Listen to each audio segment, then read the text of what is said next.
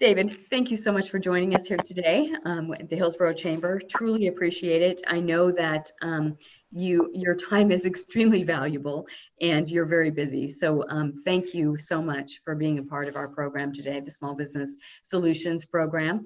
I'm just going to let you sort of fill us in on who you are and how you came to this position, and then sort of the state of the Employment Department for Oregon. Sure. Thank you, Deanna, and thank you to the Chamber for inviting me to talk. So I'm David Gerstenfeld. I'm the Acting Director at the Employment Department. Time is a bit of a blur, but I think I've been in this role for about 2 months now. I've worked for the Employment Department for quite a number of years before that. First as an administrative law judge, doing all kinds of different types of hearings, and then for, I think it was about 8 years, overseeing the Unemployment Insurance Division. And then for about 9 months, overseeing the newly created Paid Family and Medical Leave Insurance Division. And that was seen as an exciting new program that we were standing up. It was a new statute that was created, new program for Oregon. And at the time, we thought it had a really aggressive time schedule for creating a new benefit program that would impact so many people. And then starting in mid-March, when the pandemic really took hold and the stay home, save lives order was issued, and the economy in Oregon really largely shut down over the course of just a couple of weeks, unemployment insurance and all of the new benefit programs related to that became a huge focus in Oregon and in every state. So pretty much everyone in the agency that knew anything about unemployment insurance got pulled back into helping out, and that included me and a number of others. And it has been incredibly challenging for our agency and for our counterpart agencies throughout the nation. I think people probably know there was a lot of frustration with people not able to get their benefits timely, and because of that, Kate Erickson, who was the agency director, resigned at the very end of May, and I was asked to serve as the acting director while we kind of work through the issues that we're dealing with. And it's certainly been a challenging experience. I'll say that one of the encouraging things is how dedicated really everyone at the agency is to working together to make things happen. And there will probably be opportunities for me to share a little bit about how some of that's worked as I talk this morning, but wanted to give some updates about what I think people are probably most interested in, and then certainly leave some time for questions and answers. So we're seeing that the unemployment rate in Oregon is improving, and that is good news, but with lots of the good news that I'll share, there's more than a grain of salt to go along with it. So it's improving in that our unemployment rate dropped down to 11.2% last month. And that was a significant drop. It had been over 14%. But with that significant drop, it means that we're now a little below where we were at the height of the Great Recession. So for context, that is a huge unemployment rate. And I know that you all are seeing the impacts of that, and certainly we are, and that's one of the main thing that we're struggling to work with. We have done an incredible amount of work, and it's been a challenge to keep people here focused on just how much they've done, because they see every day each individual that hasn't yet been paid and that's having issues. But the amount of work that has been done is truly staggering. Since mid-March, we've paid out over $3.2 billion in benefits. For context, all of last year, we did less than $500 million. And right before this started, the state of Oregon was at record low unemployment. So this really went from one historical extreme to the other.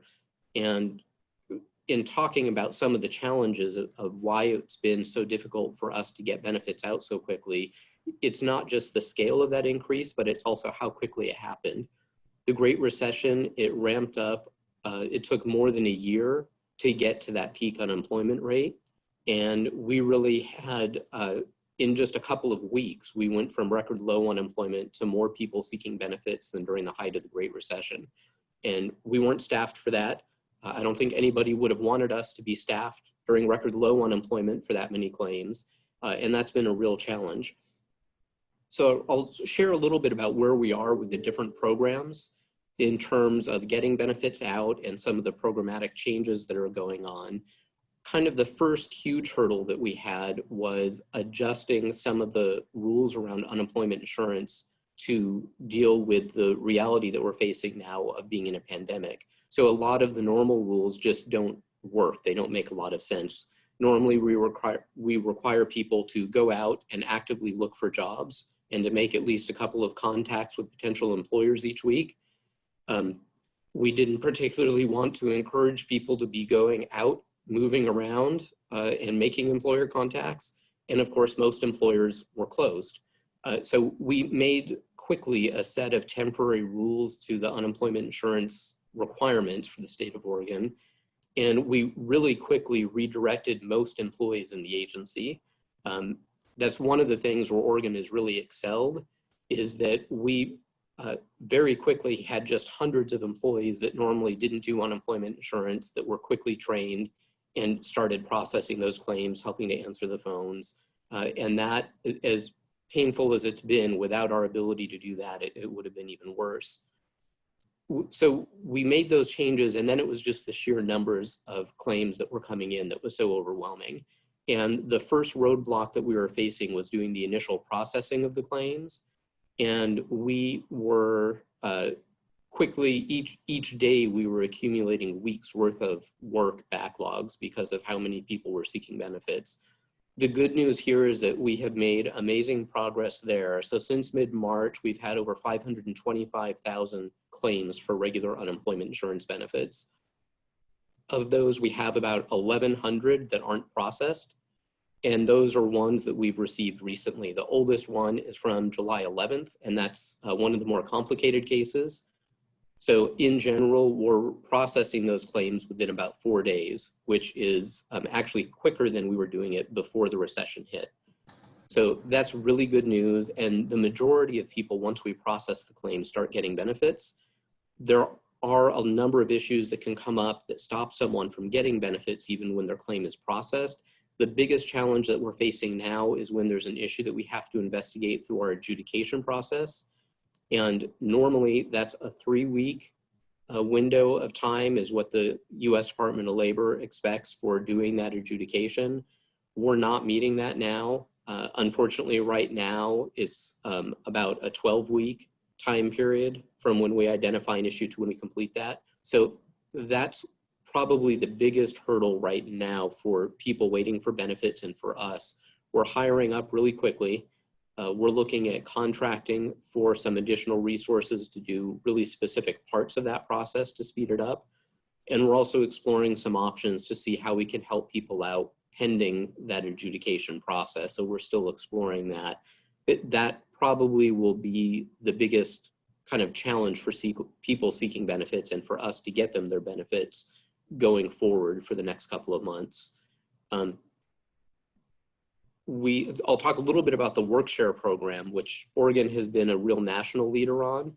And it's something that in normal times, if a business is having a slowdown, instead of laying off your workforce, a portion of your workforce, you can reduce the hours of a larger group of people. They have fewer hours that they're working each week, but then the unemployment insurance system pays part of their lost wages. It's a really valuable program. Right now, it's also able to be used as economies start to reopen. If you're able to bring people back, but you can't reopen all at once, you can use that Workshare program to help bring either part of your workforce back or to bring them back part-time and still be able to supplement their earnings so that they have some additional support. Excuse me. It's a really great program. Normally we have 2 to 4 people that operate this. And in the year before the onset of the recession, we had just under 170 employers that used the program. Since the onset of the recession, we've had over 1,400. So that's a lot. We also saw the number of people covered by those Workshare plans grow just drastically.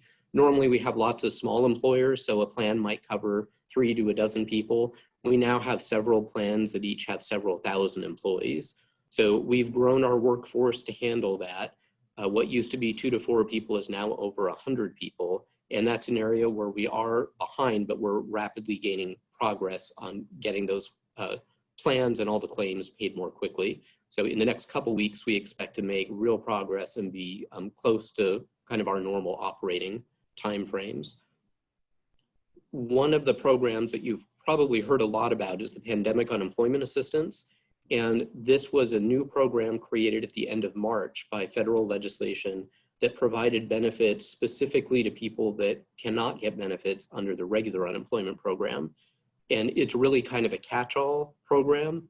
So it provides benefits to people that maybe hadn't worked long enough to have enough earnings to get regular unemployment, people that have a lot of work experience, but their particular type of work just isn't covered by unemployment insurance, or one of the larger buckets are people that are self-employed.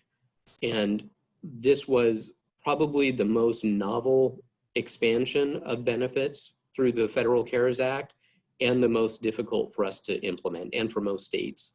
So we were able to start paying these benefits about a month after the legislation created the program in late April. It was frankly a very rocky start because it was an incredibly manual process, and it was a brand new program with a new workforce, a new contact center, pretty much a complete startup business that went from nothing to tens of thousands of anxious customers overnight. And it was incredibly manual for our employees to work. It required someone to touch every application and for someone to do some work for every week claimed by each person seeking benefits. And we were not able to process those as quickly as we wanted. That's been the focus that we've been working on for about the past 5 weeks. We announced Focus PUA, which was our focused effort to get through those.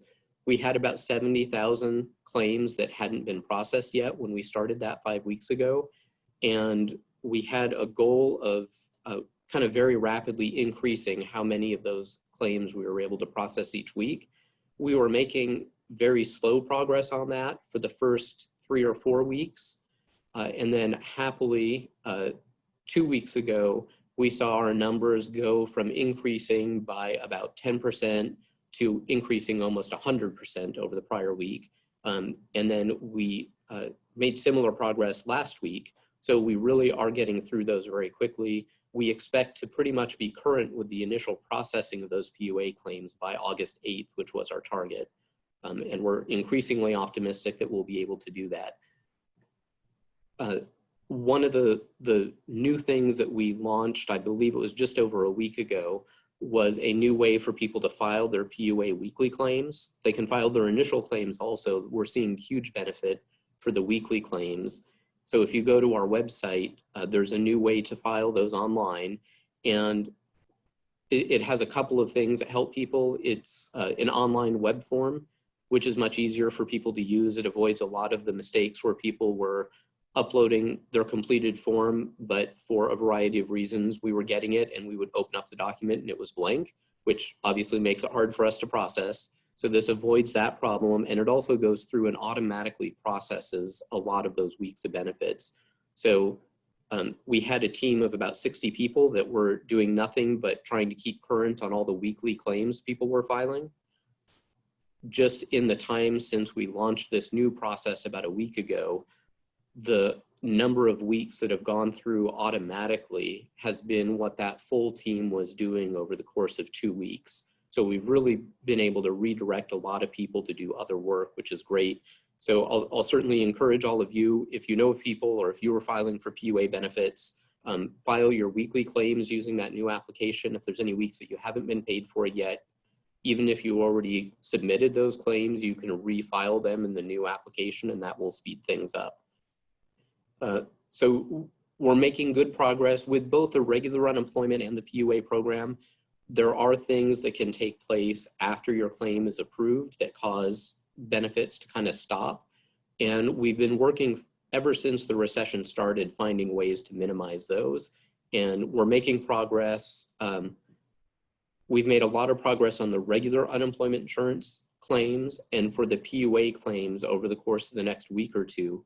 We expect that most of the issues about people having a message that says they need to restart their claim, most of those should get resolved automatically without people having to do anything. The last kind of big programmatic piece I wanted to mention was the extra $600, which is the federal pandemic unemployment compensation program. And that was a huge boost for people during this time when so many people are unemployed. Federal benefits that were payable for the weeks of March 29th through July 25th. And because the unemployment system is a weekly benefit system and you kind of claim your benefits after the week you're seeking them for has passed, this week is the last week that most people will be able to get a payment with that extra $600. If people are getting benefits for prior weeks and they haven't received them yet, they will still get the $600, but the program has ended. And there's discussion at the federal level about creating some extensions. Just yesterday, there were some proposals that were released at the federal level. We don't really have a lot of news to share about what that will look like because we don't know what, if anything, will ultimately pass. One of our big concerns is making sure that we're being really clear with the policymakers about how quickly we would be able to implement some of these programs. There are some proposals out there that have kind of a flat dollar amount. So essentially replacing the $600 with some other dollar amount. That's something that we would be able to do relatively quickly in a couple of weeks without a real big lapse in additional payments for people. There have been some more elegant policy proposals that would have each person's additional payment amount vary based on a formula. And unfortunately, that's something that would be incredibly complicated for us to do. We're estimating that it would probably take 3 to 4 months to do that programming. And that clearly wouldn't get the benefits to people that need it quickly enough. And this isn't something that we're alone in. Most other states are in that same boat. The National Association of State Workforce Agencies shared publicly that from surveying all the states, it looks like about an 8 to 20 week range for most states to program that. So we're watching that closely, and certainly as we get more information about whether there's going to be a new program and what it will look like and how quickly we'll be able to get benefits out, we'll be sharing that. I did want to share a couple of other, not specific to a program, but just general updates about people seeking benefits. We've had real trouble with our phone lines. Some of the numbers that we've shared, we used to get a lot of calls. We got about 47,000 calls in February. And we've learned this recession, different from prior recessions, that now there are cell phones with redialing applications. So we went from about 47,000 calls in February. In April, we had over 20 million calls that were coming in. And that has just been bombarding our telephone infrastructure. We've been adding phone lines constantly, and it just can't withstand that kind of pressure from all the incoming calls. So we've had issues. We continue to have challenges. We added about another 100 phone lines worth of capacity. And as we did that, we had a couple of days last week where the phone system just wasn't stable and it was dropping calls. We had to shut it down for a period of time. We've been working with the multiple vendors that support that infrastructure. And it looks like it's stable now, but people are frankly still having to wait too long, and we're making progress. The wait times are shorter than they were. They're still longer than anyone wants to wait on hold, and we are making more progress. The key thing that we're trying to do is to just get the claims processed and get benefits paid out so that many fewer people have a reason to call us, that things are just going smoothly. But we know that people haven't been able to get through to us. So we've done a number of things to help. We've done a bunch of things specific for people that aren't fluent English speakers. And normally we have a number of bilingual staff and we use interpreters. We continue to do that. But when people can't get through on the phone lines, that was real difficult. So we did create a special statewide number for people to call. And we contracted with Work Systems, Inc., which is a nonprofit partner in the workforce system, and they have people that are speaking multiple languages, answering those calls, helping people with their claims. And if people call with languages that they don't speak, they're using interpretive services to provide information. We also have an email box where people can send us an email. I believe it's OED_language access at Oregon .gov. And people can tell us what language they want to be contacted in, and we'll have someone who speaks that language or with an interpreter for that language reach out to contact that person. We also created a new web page. We kept adding more information to our web page as we learned more, as programs changed. And there was a lot of good information. And I know when I went to it to look for things, I was having a difficult time. And we decided that if we were having a difficult time, we knew that the public was having a difficult time. So we did restructure it. We think it's much more accessible and more searchable. We also added a contact us web form where people can send us questions or contact us if they're having issues with their claim. And we're still working through the best way to respond to all of these, but we're making good progress. And importantly, this is the first time that we've really had a tool that lets us prioritize people based on how long they've been waiting, particularly with the new pandemic unemployment assistance program. It was so manual that we didn't have an effective way of doing that. So this is a good tool. We're really encouraging people to use that if they have issues, because they don't have to wait on the phone on hold, and it lets us better direct the inquiry to the person that has the right expertise to answer it as quickly as possible. So I think the bottom line is that we've made an amazing amount of progress. We know there's a lot of people that are still waiting for their benefits. Over the next couple weeks, we think that our progress will continue. There will still be people that are in a really difficult situation, and we're doing our best to focus on that. One area that I did want to highlight, because we are getting a lot of questions from businesses about what their unemployment taxes might do in the future and what the state's trust fund is like. It's really hard to predict right now. We have folks that are great at doing all kinds of complex modeling of what the trust fund will do, what the balance will be, what employer rates will be going forward. Unfortunately, well, I guess fortunately, we don't have a lot of experience with pandemics. So this isn't really a situation that we have a lot of historical data to build the models on. So we're watching it closely, but so far our projections still have the state trust fund remaining solvent. As of the end of June, we still had about $4.5 billion in our state trust fund. And there's a lot of information starting to get out in the news about other states that have already borrowed millions and millions of dollars to pay just regular state unemployment benefits. It doesn't look like Oregon will have to do that. And that's good news. If we don't have to borrow, it means that we don't incur borrowing costs that have to be passed on to businesses. And as of now, we're still earning, I think it was about $30 million in interest actually that stays in that trust fund and can help pay benefits. So we're in good shape there. A lot of the benefits that we're paying out right now are federally funded. Tax rates will need to go up in the future. However, we're not anticipating that they will go up significantly or suddenly. So the next time that tax rates are announced for unemployment insurance taxes will be in November, and we'll be announcing what businesses' UI tax rates are for next calendar year. And because of the way the timeframes work, we expect that there might be a modest increase, but not a real significant one at this point. So hopefully those projections hold, and we're able to give some pretty good news that we're able to pay out this huge amount of benefits and support economies and communities without business tax rates having to go up. And with that, I think I'll kind of shift to answering questions, because I've been talking a lot. I do certainly want to make sure I'm addressing your questions. There's one in the chat, which I'll address, and then I'll kind of turn it over to Deanna to help solicit questions. The question is about the new PUA application. Someone who filed a claim hasn't received a response, and they refiled it using the new application process. What's the anticipated timeline for them to hear back? We're anticipating that we should be able to process all of those by August 8th.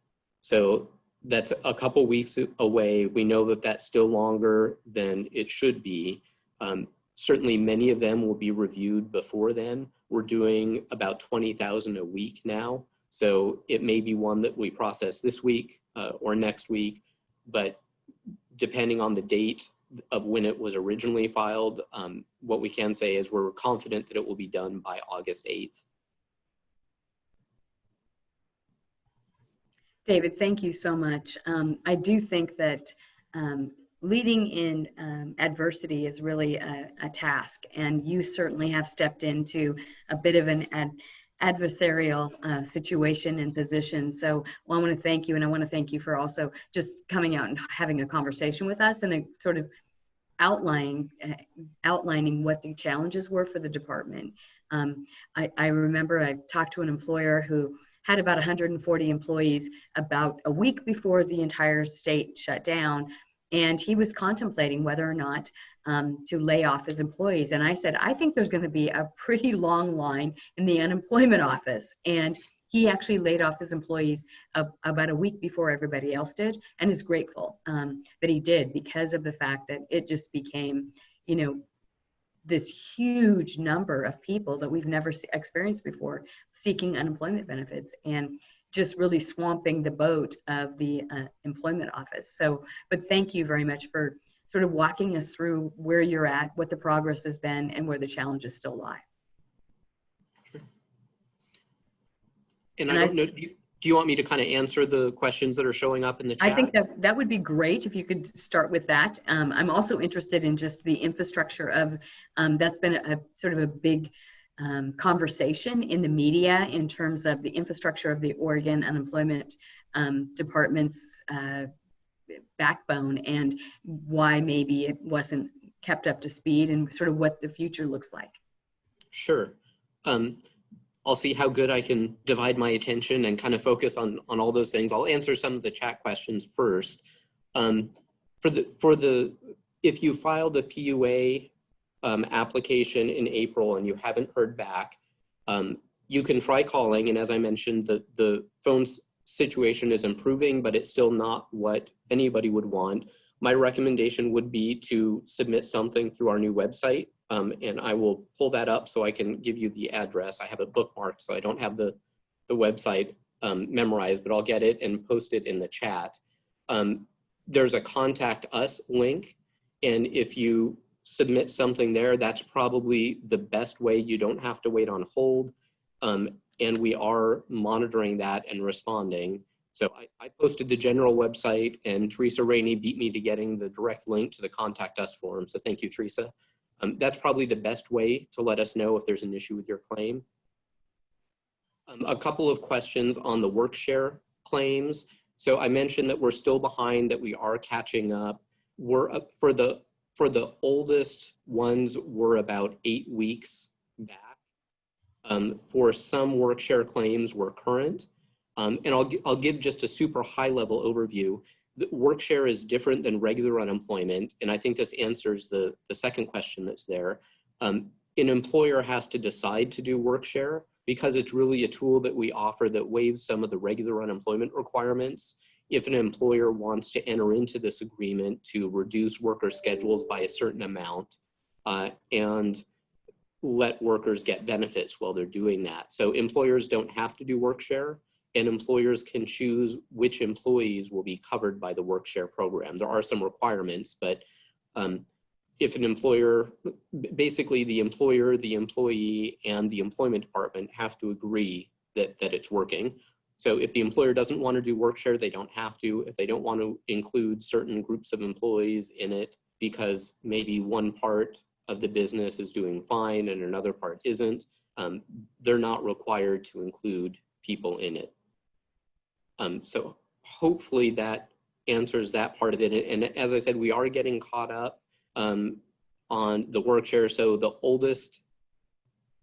longest lag time right now from an employer filing for a Workshare plan is we are approving those plans very quickly within a business week, which is quicker again than before the recession. Before people actually receive their initial benefits, it can be up to 8 weeks right now. That's what we're focused on narrowing down, and we're making progress. But once we approve the plan, we also have to get a claim for each person covered by the plan. And then entering the weekly claims for those people right now is still a pretty manual process for us. So if you do have someone who has a Workshare plan and it's been more than 8 weeks, that's something that you can certainly email the Workshare mailbox.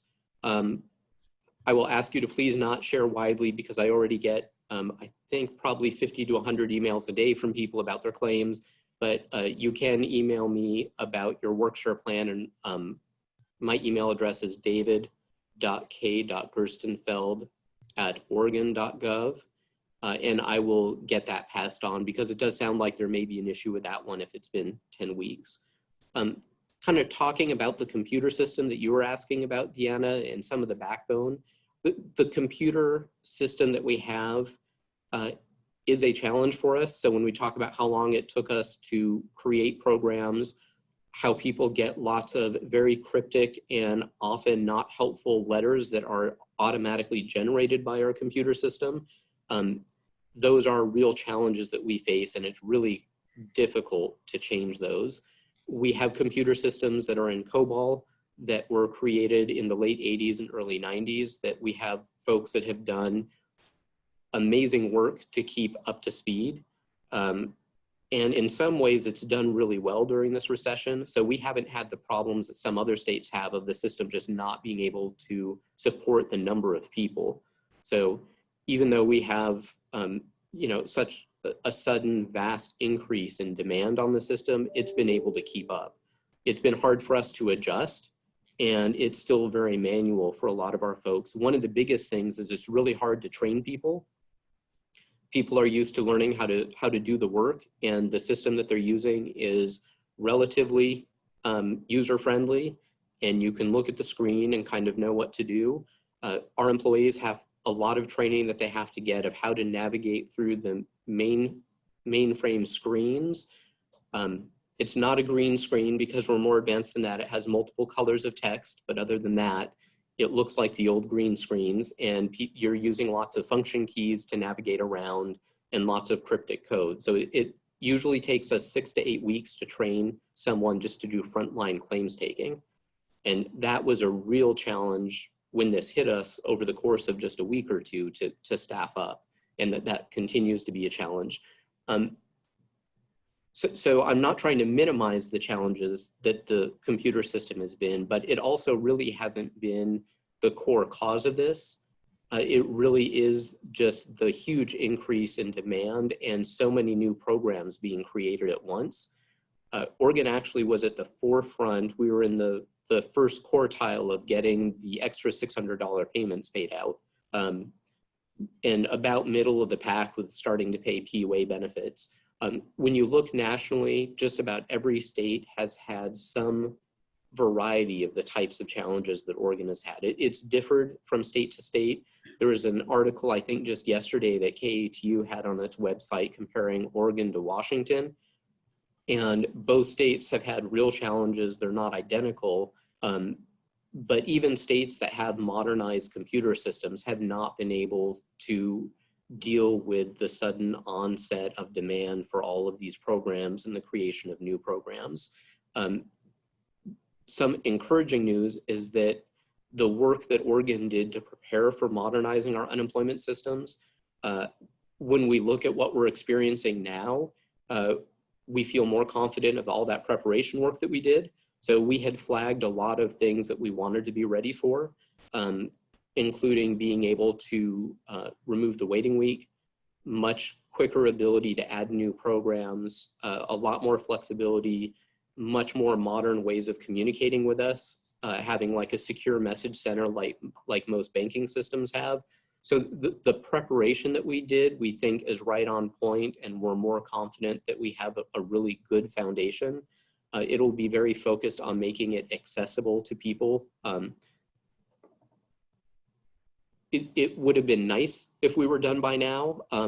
However, looking at other states that are fully modernized, like I said, it really hasn't solved the problem for them. It's just shifted how it's experienced. And one of the big challenges, I think, we've talked about this with various groups a little bit. My comparison is it's not like going to the store and buying QuickBooks to do your accounting for your business.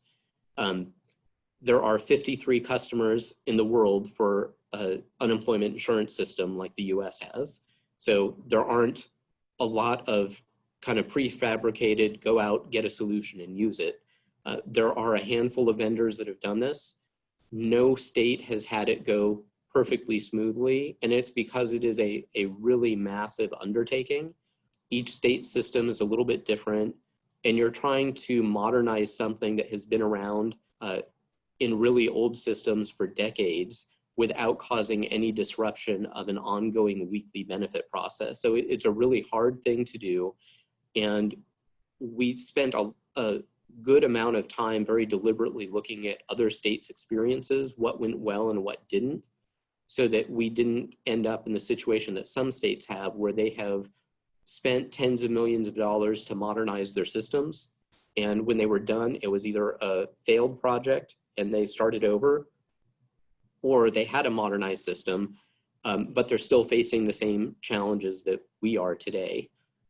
So that they modernized in some ways, but it really wasn't maybe modernized to the extent necessary or in all the ways necessary to be flexible and deal with so many different new programs. And we really wanted to be cautious about that.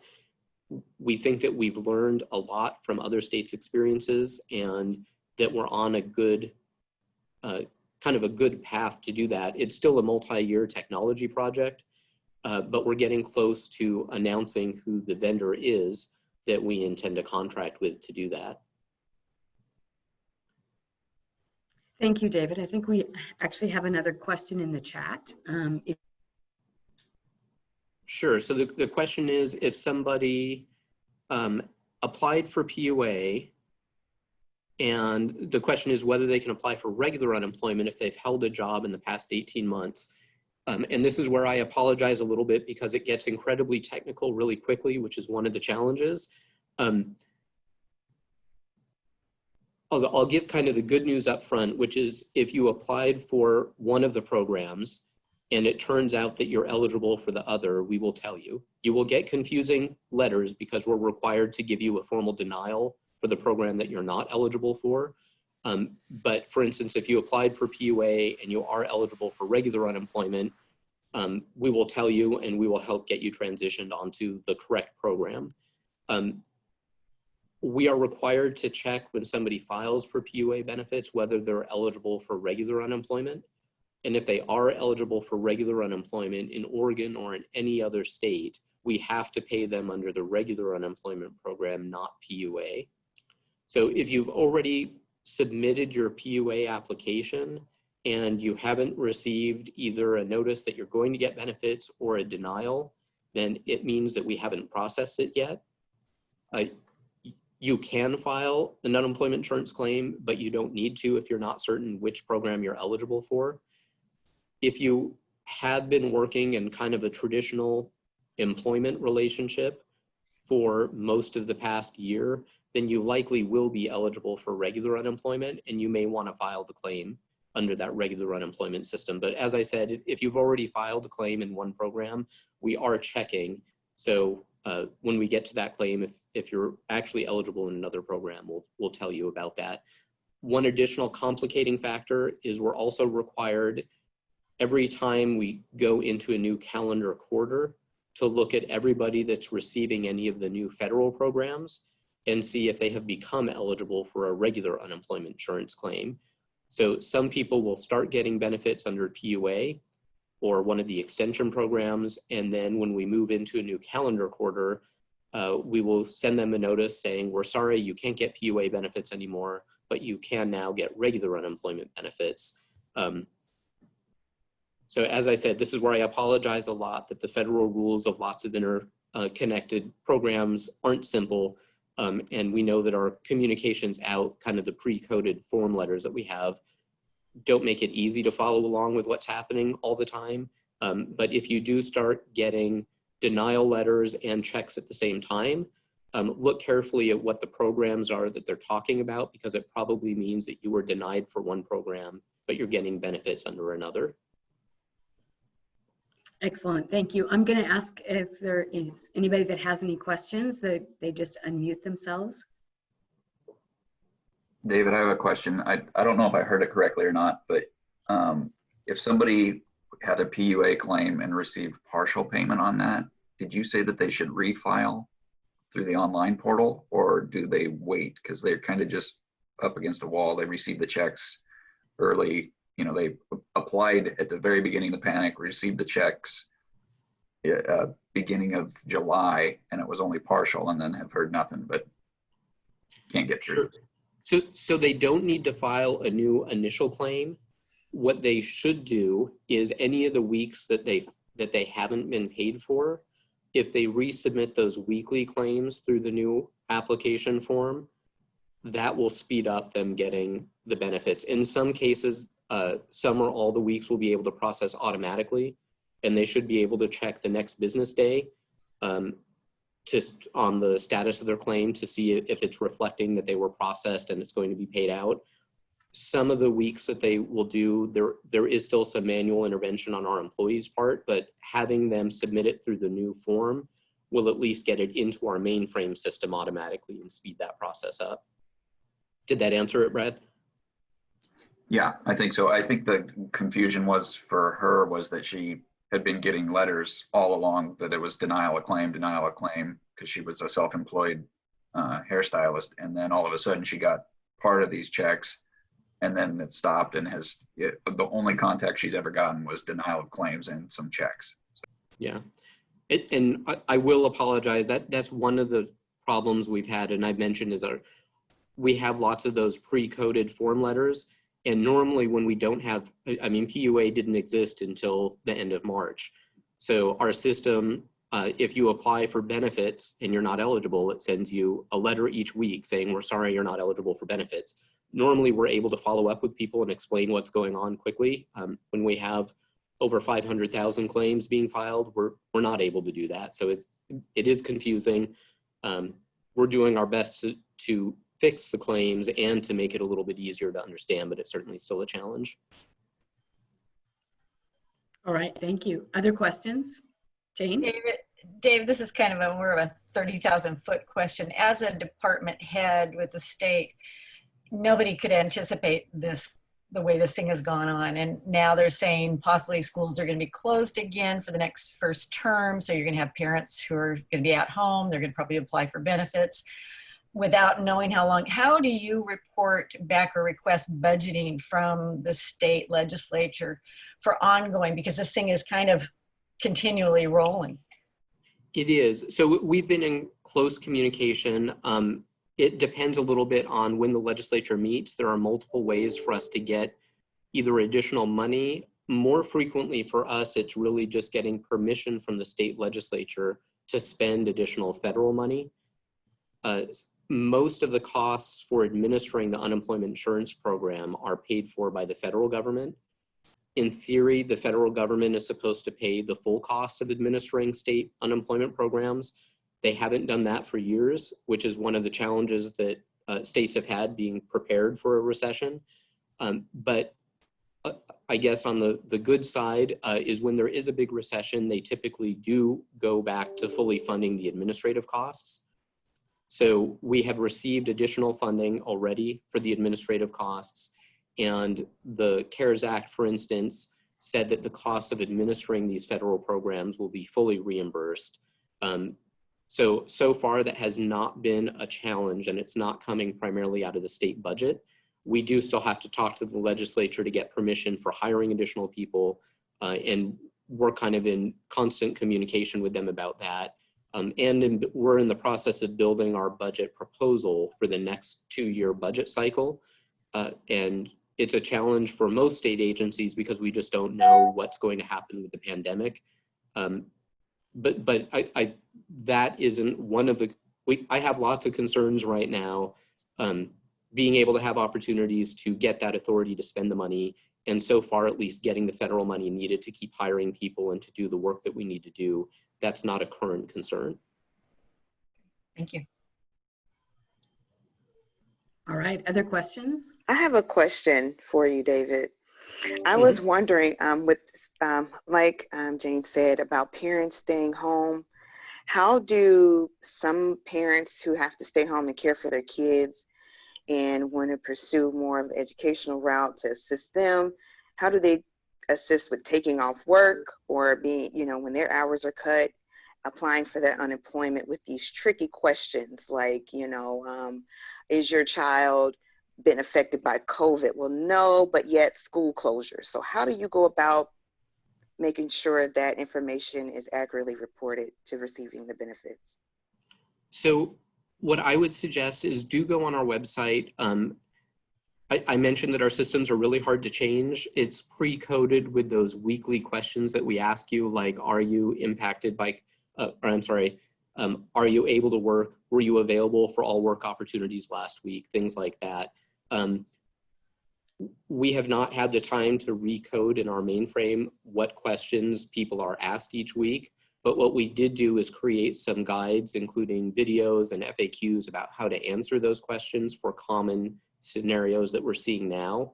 And we do have a temporary rule that's in place that talks specifically about what it means to be impacted by COVID-19. And it does include saying that, for instance, if you can't work because you need to care for a child because their daycare or school is closed because of COVID-19, that's a COVID-19 impact, and you, if you meet other requirements, you're still eligible to get unemployment insurance. So those were some of those early changes that we made. I would suggest that I'll post a link to where the temporary rule is. Even though it's a rule, we tried to make it as understandable as possible in terms of situations that people would face. We do expect that may change as the economy reopens or as we see a rise in spread and more restrictive measures get taken. So that rule may change going forward, but for right now, that would be COVID-19 related. And on those guides will probably be the best bet to tell you how to answer those questions on the weekly claims. Great, thank you. So David, I'm wondering, what do you think the response is going to be after the $600 a week goes away? I know that there are a lot of people that actually don't listen to the news on purpose because it's just always bad. So there are going to be folks that I think will be calling you and saying, hey, what happened? Where's my $600 a week? How do you plan to sort of staff up for this, what I think is a pretty substantial cliff? I also think it's a substantial cliff. I'll say this doesn't fundamentally change our staffing up plans because we are still in the hire as many people as quickly as we can mode and have been really since this started. We've been constantly hiring and constantly training people throughout. We have tried to push information out through social media on our website. The media has been talking a lot about it, but I'm with you. I know a lot of people don't want to hear what's reflected on the news. Right. So we are expecting a lot more calls. We tried to get messaging out to people about the end of this benefit payment. We will still get a lot of questions, and then we're expecting a lot of questions about what's coming next. Right. And for that, we just don't know. From a broader impact, one of the harder to describe benefits of the unemployment insurance system is really key during a recession like we're having now. So in normal times, there is a safety net for individuals, and it's a really valuable one. When we're in a big recession, the amount of money that it puts back into local economies is just huge. And when we look at just the extra $600 payments, Oregon has paid out more than $2 billion in those payments since mid-March. So when you think about how bad the economy is now, if that $2 billion hadn't been paid out to Oregonians and then kind of respent in the economy, it's an even bigger impact. So it is a real serious problem, not just for the individuals. So some of them may see their weekly benefits drop from $751 down to $151 if they were getting the minimum benefit amount.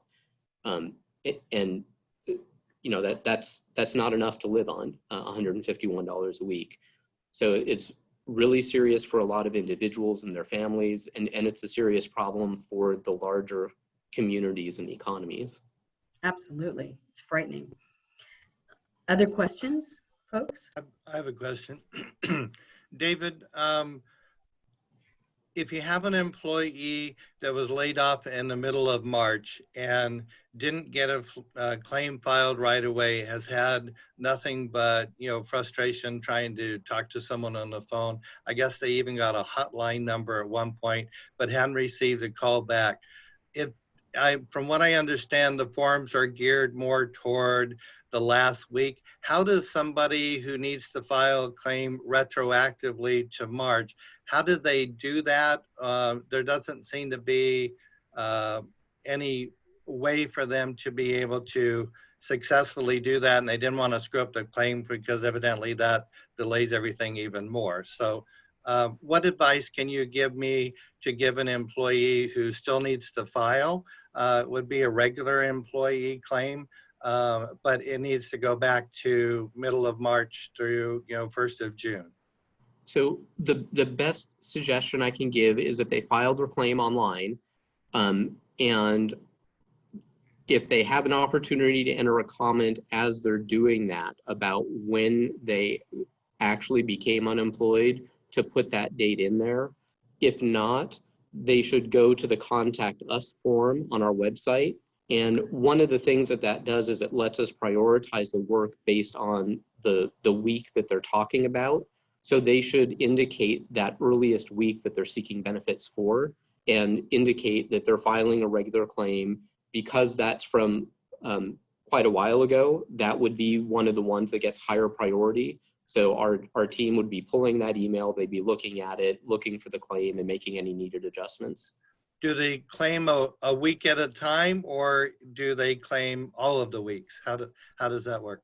Well, when they file online, it will only let them do, prospectively, they'll do it 1 week at a time, kind of like anyone would normally. It will only let them backdate 1 week when they file online. So when they make that, when they send the Contact Us notice, if they're talking about the entire week, or I'm sorry, the entire time period from that March date through now, they should say that. Someone will have to talk to them to get some information about those intervening weeks. That's just something that our program isn't designed to accept. So we'll have to do some outreach to talk to them, but we will do that. Okay, thank you. So we have another question in the chat. If an employee resigned in California and moved to Oregon for a new job, but got laid off within weeks of starting the job, are they eligible to receive unemployment insurance? Probably, and I always feel like I'm getting like a pop quiz about something that I feel like I should know more answers about. So there's a pretty complex way that the states all communicate with each other about unemployment insurance, and it's to make sure that you don't have one person collecting benefits in 20 states, and that if you collect benefits in a state, that if you had a lot of earnings in another state, that you kind of get credit for that. If someone had never worked in Oregon, had worked always in California, then likely they will need to file their claim in California. I say likely because there's a lot of variables. If you do file in California and you may potentially have a claim in Oregon, they'll tell you that. And if you file in Oregon and you may potentially have a claim in California or any other state, we'll tell you that. Those claims do take a little bit longer to process because the states involved have to communicate with each other.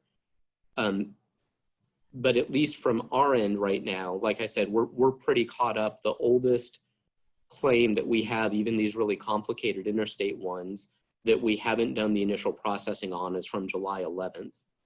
So only a couple weeks old. It does depend somewhat on how busy the other state is because we need them to take some action also.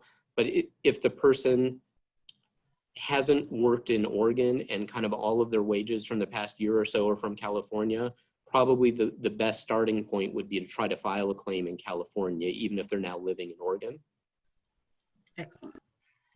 All right, we just have a few minutes left, but this is your opportunity. Anybody else have any other questions? Hey, David, this is Julie. I'm not sure if this is really a question, but just to share what we've seen, being a very busy manufacturing environment, is we saw employees that went out, and maybe it was for childcare, but they were approved for unemployment and they ended up making more on unemployment. So that really made it not they weren't incentivized to return to work. I know that's approved by the legislation. I just hope in the future, if those things are, if there's more to come, that would be taken into consideration.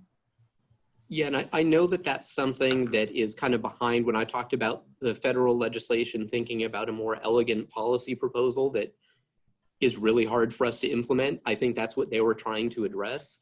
The one thing I will say, if there are still a lot of very valid reasons why an employer might be calling someone back to work and the person says no, and the person can still get unemployment benefits. So for instance, if they're still caring for a child because the child's school and daycare are closed due to COVID-19, that is still a valid reason they can still get unemployment benefits. It is not an acceptable reason to say, no, I'm getting more money while unemployed. And if you as an employer are running into that, we do have something on our new website where you can notify us about that. And we try to give a little bit of context because we want to hear about all those situations, but we don't want to get flooded with situations where it really was a valid reason. You know, I asked the person to come back and they said that their doctor told them to self-quarantine because they're in a really vulnerable medical population. That person's still eligible for benefits probably. But if it is someone who just says, no, I make more unemployed, or, well, I'd only make $50 a month more working full time and I'd rather stay home, have all that time and you know, make $50 less, they shouldn't be receiving unemployment benefits, and we do want to hear about that so we can follow up. That was helpful, thank you. So that person that might be advised by their doctor to quarantine because they're at risk, would they be eligible for up to 26 weeks of unemployment? Well, it'll depend on how things unfold. If they're actually told to self-quarantine for that full time period, they might be. And actually right now it can be more than 26 weeks. Depending on the timing, you can get 26 weeks of regular benefits. There's the PEUC extension that runs through the end of the year, which is a federal program that gives up to another 13 weeks. And then there's the extended benefits or high extended benefits programs that are offering up to another 20 weeks. But we get back to that complicated. Some people are eligible for some of those and not others. But it can be more than 26 weeks potentially, depending on the individual circumstances. Oh my, thanks. Final question? Anybody have a final question? David, thank you. Truly, I think it's about leadership and your willingness to come and join us here today and take these difficult questions and help us navigate a system that most of us had hoped to never have to deal with, right?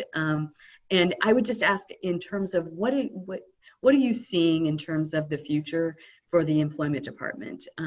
Obviously, you know, people are going to go back to work, but not everyone. What does that look like for you in the future in terms of helping people find jobs that have now, you know, their jobs are no longer existing? It's going to be a challenge, and that's one of the kind of medium-term things that we're working on, because there weren't nearly as many people that were out looking for jobs, and still aren't right now. I mentioned that we redirected a lot of our workforce in Oregon. So most of the local employment department offices that you're probably familiar with, people there that really specialize on helping find people jobs, finding workers for businesses, the vast majority of them are helping people get benefits right now. And as we hire more people and get them trained, we're looking to transition them back. And hopefully that timing works pretty well with as businesses are seeing an increased need to hire, and as we can help people find new training, whether it's short-term training or longer-term educational opportunities to get them aligned with the jobs that we do think will be coming back in the future. But that's kind of the medium to long-term, and depending on how the recovery is, that could be quite a long period of time that we're helping people kind of reorient to the new job market.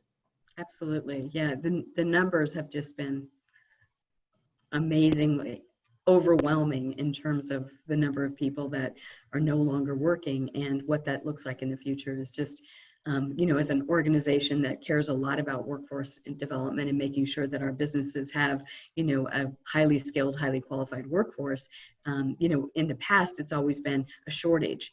And now, you know, we find ourselves in a different situation, and how we work to navigate in terms of getting people skilled up, really important.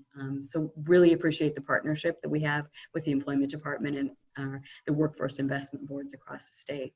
Wow. David, thank you so much for joining us here today. Very, very helpful.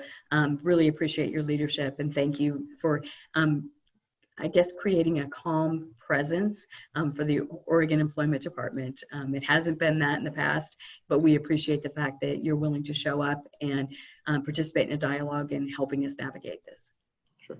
Well, thank you for having me, and hope to come back with cheerier news sometime soon. Absolutely, absolutely. Thanks so much. I want to thank you all for joining us here today. Have a good day. Thank you.